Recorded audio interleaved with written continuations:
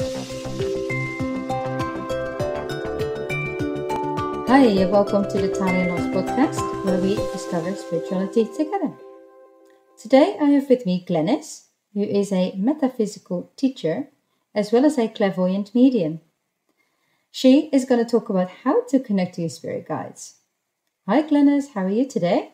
Hi, I'm very well, thanks, and you? I'm very good, thank you.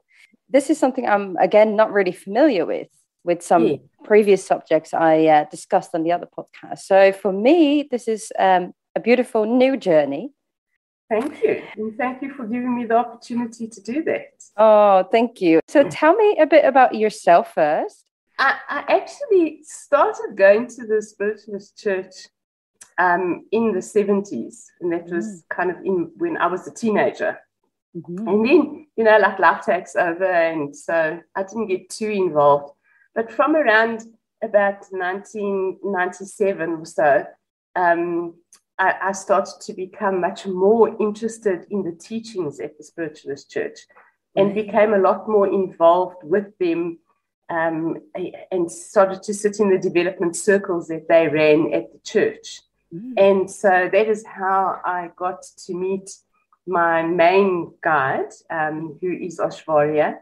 And she's an African traditional healer, very, very connected to me through our beautiful African continent. And she's very much like a mother figure to me. She absolutely loves me unconditionally, and I feel it every day. So I have a very, very strong connection with her. Yes. And sort of over the years, I started learning how to do readings and do readings for other people. I initially started with tarot cards and angel cards, and eventually realized actually we don't need the tools. Her and I've got a strong enough connection to just be able to do readings. Yeah, and so at that time, as I said to you earlier on when we were talking, I actually became the president of the Spiritual Church of South Africa, and eventually left there in about 2003, and I started a spiritual center with my sister. And we ran that center together for 10 years. And then just in about 2015, I left. I stopped working with her at the center because it just was actually taking up a lot of my personal time. And I was working at the time and, had a family to look after and all that kind of stuff. And so then I started Spirit Connection. And from there, I started teaching as well. And that was when I was introduced to my teaching guide, who's a shared teaching guide, and his name is Kevin. Yeah. And he's a very modern guide, if that's how you want to describe him. He kind of lives in this world. Yeah. And has taught me a lot in terms of changing the way I do my readings with people as well, so that the readings have become much more of a spiritual guidance and kind of life coaching, if you want to call it that, where, we help people to work and understand the challenges that they're going through in their lives and how they chose this particular lifetime and how their past lives link into this lifetime and how they can kind of take control of it and understand that they're living through the journey of their soul and not through the journey of in this body. And from what I understand, also from evolutionary astrology, that how the past lives work. Yes. So for me, what I understand is that our soul obviously has multiple lives. Yes. And your spirit guides yourself, but everybody has spirit guides, but we may not be able to connect it. And you can help us to connect with our spirit guides. Yes. To guide ourselves and our soul through this life better. Yes. So we understand our past lives as well through our spirit guides. You can teach everybody basically on how to connect with our spirit guides. That's what you can help us with. You've got a course for that as well on your website. Yes, I do. Yeah. How do we connect to our spirit guides? How can we open up our channels to be able to do that? The way to do it is to sit in meditation, because through meditation you quiet your mind and you learn, you raise your vibrations, because it's all about us all operating on different levels of vibration. So down here on the earth, we're in the kind of lower levels of vibrations, and everything is actually solid, and we kind of think like human beings. Yes. But if we understand that we actually are souls and we are spirit, and we have a connection to the spirit realm, because that's where we come from, it kind of stands to reason that we can connect back in there. We just have to be able to relax and to raise our vibrations enough so that we can tap into the more subtler vibrations around us. And through doing that, we get to see what the spirit realm looks like, and we get to meet our guides, and we form that connection with them. And through the course as well, I kind of teach everybody how to develop a language with their spirit guide, because lots of things that are shown to us are given to us as signs. So you hear everybody talking about, I see 1111 all the time, or number 9 plays such an important role in my life, or, particular songs that come on the radio, like just stir my soul that I want to start crying, and I don't actually know what that connection is. But when you understand that that's actually your guides who are inspiring you, because that's what they are, they inspire your mind, and they give you all these little signs and things along the way. So you have to almost like develop that language with them to be able to speak to them and interpret what they're giving to you. And essentially, because what their purpose is to be in service to you and to help you through your life. And they know what's written in your Akashic records. They know what this contract is that you've chosen for this lifetime. And so, like for me, it's like, why not have them on your side and let them be able to steer you in the right direction all the time? They love unconditionally. They don't pass judgment. They never chastise you. They're just there to be in love and support for you. And it's wonderful.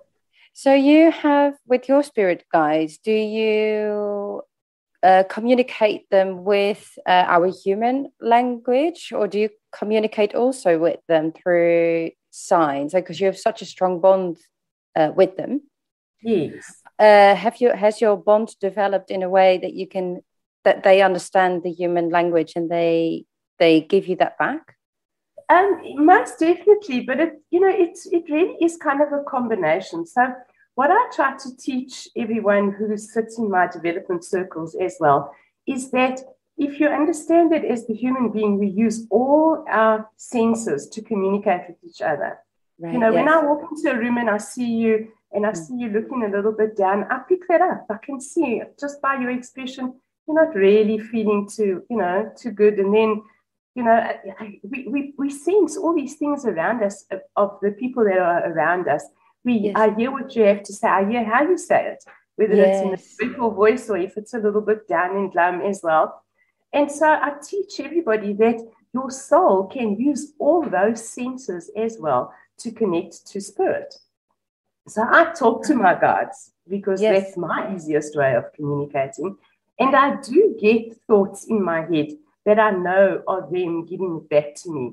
But I still sometimes do need them to, bring my awareness to the song that's playing on the radio, or bring my awareness to a number that I keep seeing. And then when I keep seeing that number, then I go and I look for it and I see, okay, what actually is this an angel number that they're showing me, and what does that angel number mean?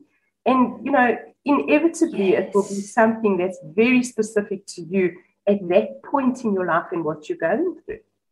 Then you open up. I can imagine, and I think I'm one of these people that is also a little bit scared. Like, is it possible that you connect to the wrong spirits, or is it possible that you open up yourself to spirits that may not have the right intention? So how do you protect yourself? And you do that through building that connection with your guide. Okay. If you haven't built that connection and you're still not 100% aware of them, you can protect yourself by just visualizing white light around you as well.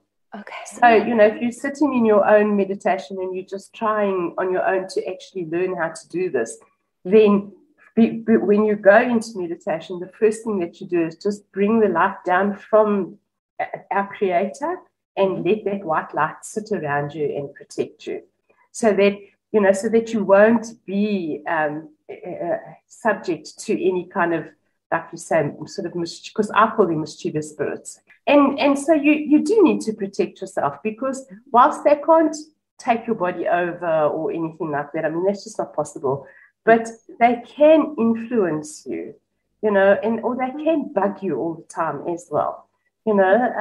I have a lady who comes to see me quite regularly. I sit with her every Tuesday, and she's only just recently discovered that she actually can hear spirits talking to her. And she has all these spirit people coming to her all the time and saying, you need to contact this person. I want them to know that their husband's having an affair and things like that. And I'm trying to get her to understand that they are, that's not how spirit kind of communicates with us. You know what I'm saying? It's like spirit communicates with us in a meaningful way. That's something that benefits us. Yes. So she has to kind of look at those communications that she's getting and going, why are they doing this? It's like, are they bored up there and they've got nothing else to do? And they see me as somebody who can go, because how's this woman going to benefit from knowing that her husband's having an affair? Yes. I mean, it's just, if those people in spirit were coming and saying, I want you to please contact my granddaughter because she's really struggling with my passing, and I want you to let her know that I'm okay and I love her and I'm trying to hug her and hold her. That's a meaningful message. And that's, I would say, yes, go and pass it on. But otherwise, you can be kind of bombarded with all of these people in spirit who've got nothing better to do than find somebody that they can manipulate. So is it possible? It is possible to learn to sort of turn off or turn away the mischievous spirits. That is possible. Yeah. Talking to other people that have been doing Reiki for a few years, they are either in a phase already that they do have mischievous guides, of mischievous spirits, sorry. Yes, yeah. Or they start to hear things, but it's like one word, and they're like, did someone talk to me? But I'm here by myself. Yes. So that is, for you, that would be a sign for them to seek someone that can help them to block the mischievous guides, or to develop their spirit's connection better. Yes, absolutely. So the stronger they make their connection to their spirit guide, the less they will have that interference, because your guide will be there and will ensure that doesn't happen. So they kind of block it off, It's like having Truecaller on your phone. Yes. It's like, so they'll stop the spam. Yeah, basically. Yes, I see. Okay, so that's for people, for themselves. So they can always connect you on also via your website.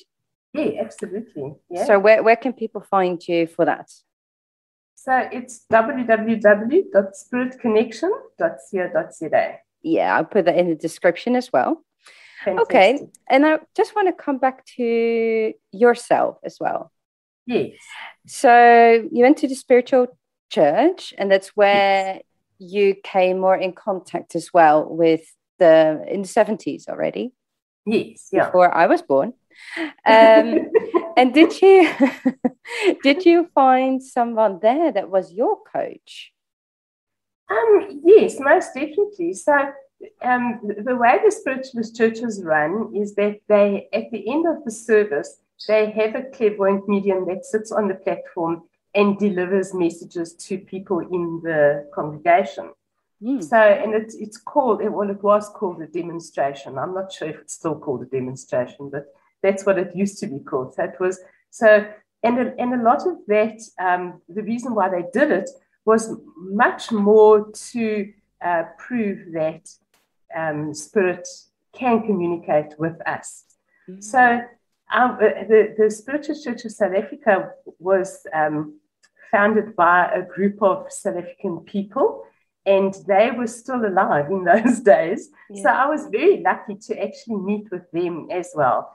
And the chairman and the main founder of the Spiritualist Church of South Africa, his name is Harry Knowles. Him and I became like really good friends. He was like a granddad to me, kind of thing. And He was wow. such an amazing medium.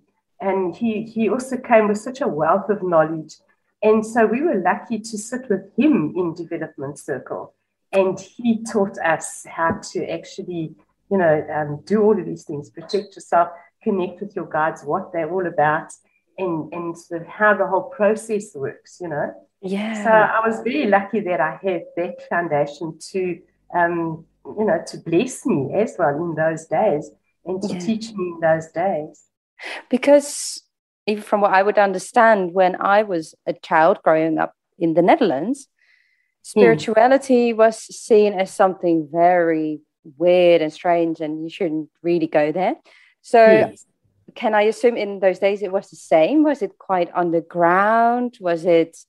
It was. Did they advertise or they didn't? Or no, they didn't. No, they definitely didn't. And sort of in the early 70s, you actually went to the church by invitation. So you got an invitation to come to the church.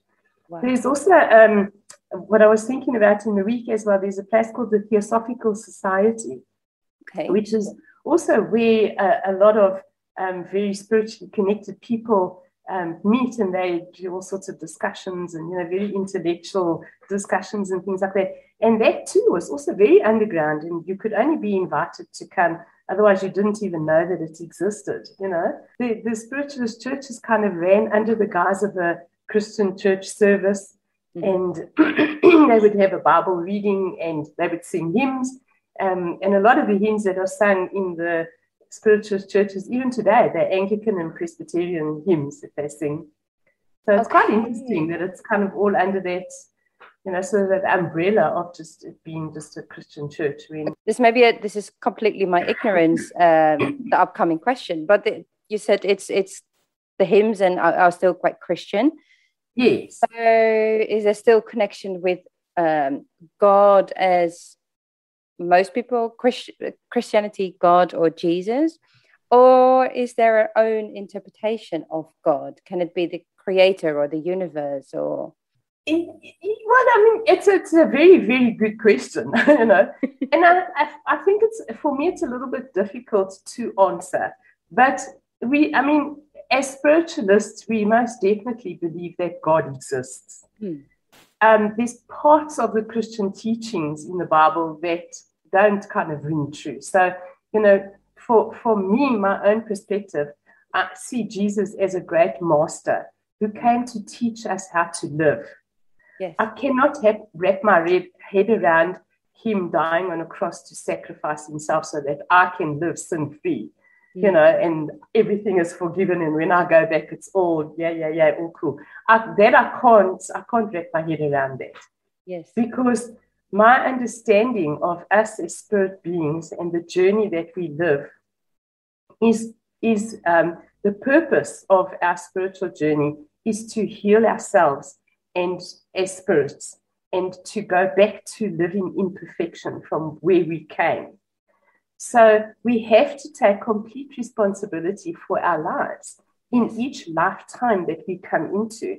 And we choose a specific lifetime with a set of lessons that, as I said before, are linked into past lives that we've lived as well. So, I always say to people, you need to kind of look at yourself as a spirit being who is on the earth at this point in your spiritual life, rather than a human being who has a soul. Yes. Right. Okay. Just to turn the whole thing completely upside down. Wow. Okay. This is probably something I'm going to think about all week, because that's how my brain works. I absorb the information and the whole week I'm thinking about, okay, it's very different because I'm on this search journey of myself. Like what is it all to me? So I love hearing other perspectives, because it triggers things in my brain, and I hope for the listeners as well that they gonna have an open mind and see what works for themselves. If you're on a journey, it's a bit like I did my Reiki course, and I was really interested in it, but I wasn't sure if it's something for me. Can I do it? Am I the right conduit for this energy? And when we did the practice at the end of the day, I felt so light. It's like, oh, I did not expect this at all. It was just keeping that open mind. Yeah, and I think the thing that people don't understand is that every single one of us can do any spiritual work that we want to. Yes. Because we all come from the same place and we will all return to the same place. Yeah. So there's not one person who is better than the next person. I don't see me being connected to my guides and being able to bring messages through and being able to teach anybody as a gift. I just see it as something that I have worked on and developed.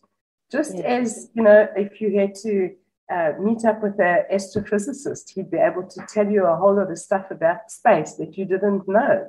Yeah. But you can also go and learn to be an astrophysicist. There's nothing stopping you, Yes. So we all can do it.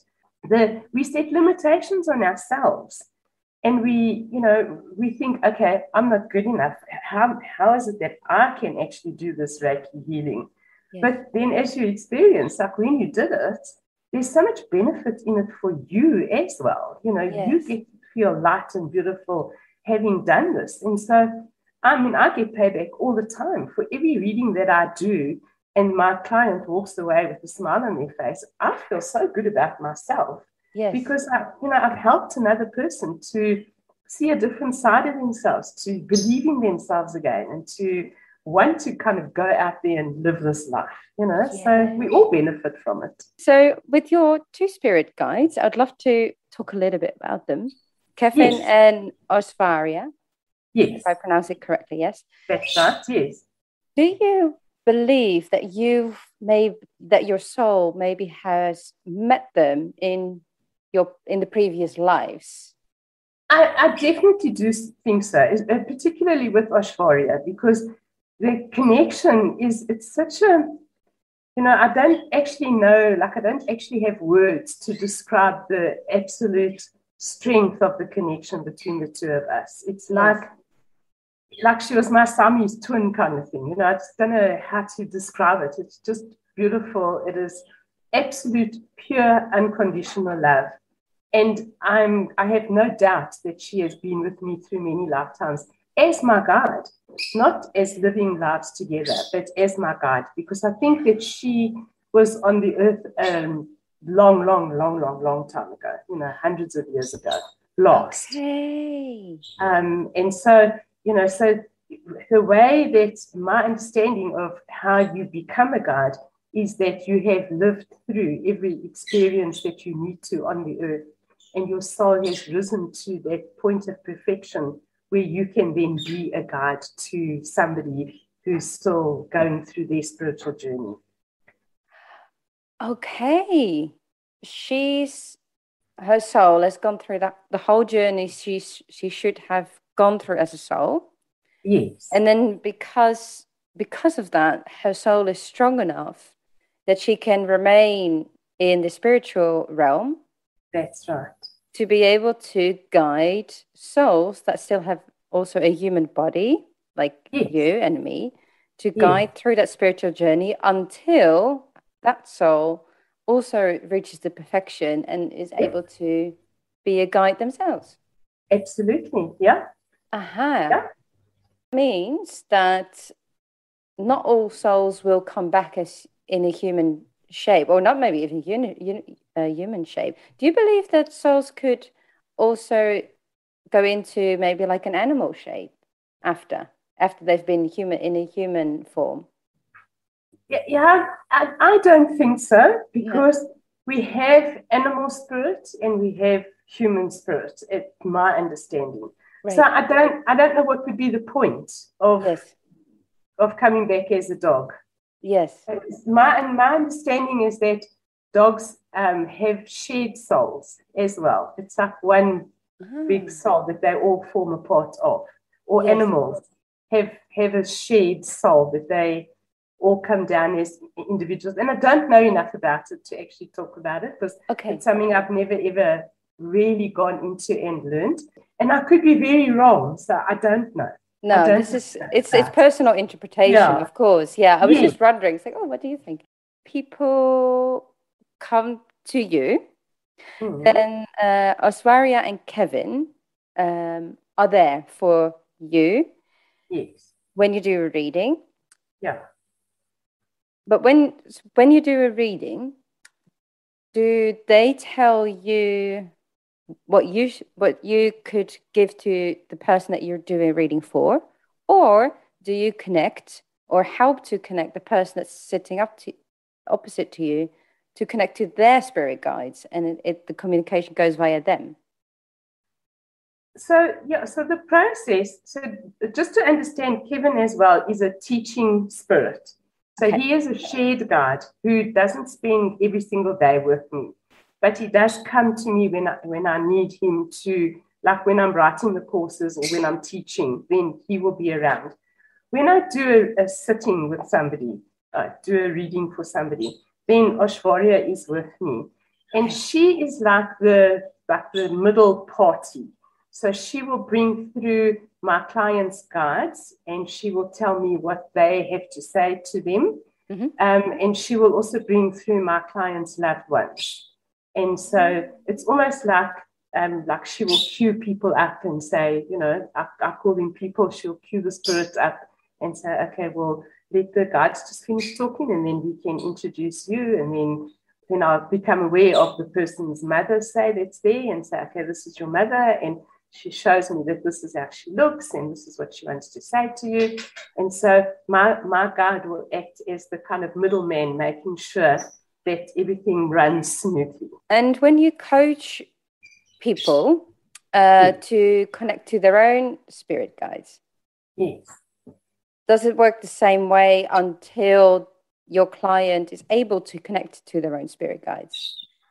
Yeah, and to a degree it kind of does, except that I try to give them the tools and the knowledge for them to be able to learn to do it themselves. Yes. So the way the development circle runs is we all sit together in a circle. That's why it's called a circle.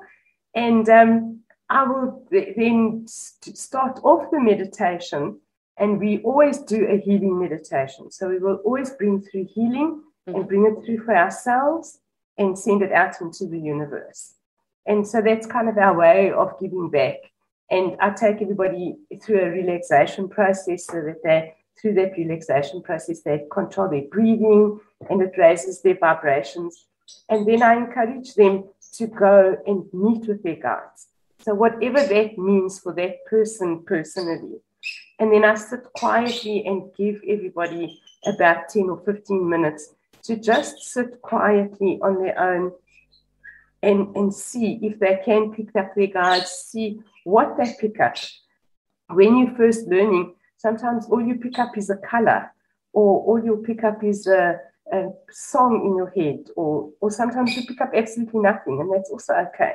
Yes. You know, because it's a process and it goes slowly. And eventually, when the 10 or 15 minutes is finished, then I will close the circle off and I'll call everybody back. And then we go around and everybody kind of talks about what they got. Because you learn through other people's experiences. You know, like when you sit in your meditation and suddenly you see a face or you see these eyes in front of you, it can be kind of like, oh, what was that? But when you see that somebody else sitting in the circle also got something very similar, or also only picked up colors or something, it kind of affirms for you that it's not your imagination, or you're not getting anything, you are picking up something. And so we kind of learn as a group, you know. Is it possible for people to connect with you over Zoom as well? If people are the other side of the world, like they can. You know, I don't do it at the moment, but they can. The only reason I don't do it is because, in actual fact, I'm only in my class now. I only have one lady who comes to me on a Sunday morning. When I used to run the classes, but you know, COVID has just thrown everything completely out. But you know, if the call comes for it, I can put together, and I'm very happy to put together it would be wonderful to have a group of people from all over the world all sitting in a Zoom session together and learning. I'd love to be able to do that. When people want to start to connect with their spirit guides, where do you suggest they'll start? Okay, so for the way things are right now with COVID and everybody sort of struggling to sit in groups together, and also because I'm trying to reach out to the rest of the world and not keep it confined to South Africa, I've developed a course that runs over 12 weeks. Mm-hmm. And it's 2 videos each week. It doesn't have to be weeks. It's 12 modules. 12 and you can do it in your own time. So I've priced them so that you can buy one module at a time, or you can buy them all. If you buy all of them at the same time, then I will give you the last one for free. Okay. So each one is an information video and a guided meditation. Mm-hmm. And so it goes through the whole process of teaching you why we have guides, what they are, what they're all about, how you can connect to them, giving you the tools to be able to use, showing you, teaching you how to meditate, teaching you how to develop that language for yourself and your guide. And then through the guided meditations is to be able to open yourself up more and more to connecting into the universal consciousness, and to be able to understand, go on different journeys with your spirit guide. There's a meditation where you actually do that connecting and meeting up with your spirit guide, where you get to meet your guide. Wow. Then you go on a journey with your spirit guide through the spirit realm, and they show you whatever it is that they want to show you. You get to sit in a guided meditation where you can meet with loved ones who have passed over into spirit as well, and get a chance for a last hug with them. And you get, there's one that's guided that you get to see aspects of your past life as well, so that you understand how those past lives connect into this lifetime. So all the guided meditations have been given to me by Kevin. So I have kind of sat with him and really channeled those meditations and recorded them. And they're very nice. They're very powerful, very inspiring meditations. So you can do that. But I give everybody homework as well. So that, because I want to be involved in it. Yes. So it's not you go download the videos and you're off on your own. If you feel that you can do it like that on your own, that's wonderful. But I want to hear back from everyone. I want to be in contact with them. I want to see what they're getting. I want to be able to help them to interpret what it is that they're getting and to guide them along, so that by the time they finish the 12 weeks, their life is different. They see life differently.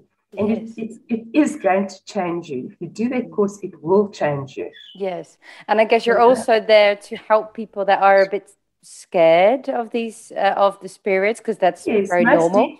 Then you're definitely there to help them as well. And I know you don't call it a gift, but I still do call it a gift.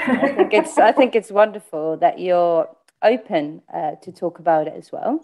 Yes, and that you can help people. I think that is such a beautiful thing, to help people. And I want everybody to feel that excitement about their lives, and to know that they're not living their lives on their own. They have these spirit beings that are there waiting to be in service to them. Yes, and that the spirit, our soul, can learn, and the journey will continue for definitely. That's right. Oh, thank you so much, and I wish you a beautiful weekend. Yeah. And we'll speak soon. Thank you. Fabulous, Dora. Thank you so much for having me. Thank you. Wonderful. You just made my day. Oh, beautiful. You made mine. Thank you. Bye-bye. Thank you so much for listening to the Tali Loz podcast. Next week, Jeff is back to tell us about all the beautiful energies of Libra season.